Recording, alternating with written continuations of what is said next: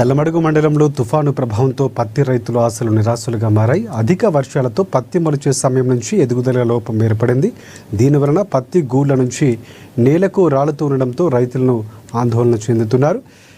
విత్తనాలు నాటాల్సిన సమయంలో వర్షాలు లేక ఒక్కో రైతు 2 సార్లు విత్తనాలు పెట్టాల్సి వచ్చిందని రైతులు చెబుతున్నారు. విత్తనాలు పెట్టేటప్పటి నుంచి ఎడతెరిపి లేకుండా భారీ వర్షాలు కురవడంతో రైతులు కలుపు నివారణ చర్యలు సకాలంలోనే చేపట్టలేకపోయారు. నవంబర్ నెల వచ్చినా ఇంకా వానలు వీడకపోవడంతో పత్తి దిగుబడి సేకరణకు అడ్డంకులు తలెత్తాయంటూ రైతులు ఆవేదన వ్యక్తం చేస్తున్నారు.